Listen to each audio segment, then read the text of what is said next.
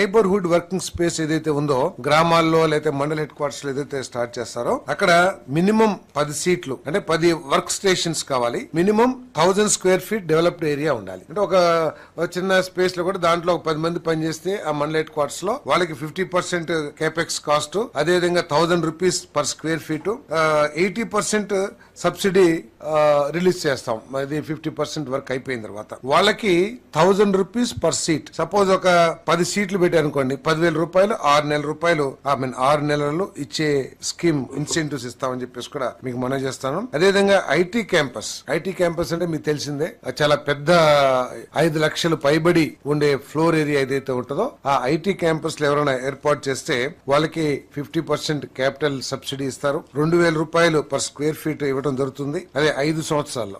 అదేవిధంగా 30% ఇచ్చిన తర్వాత కన్స్ట్రక్షన్ అయిన తర్వాత ఈ సబ్సిడీ రిలీజ్ చేసే కార్యక్రమం చేస్తామని చెప్పి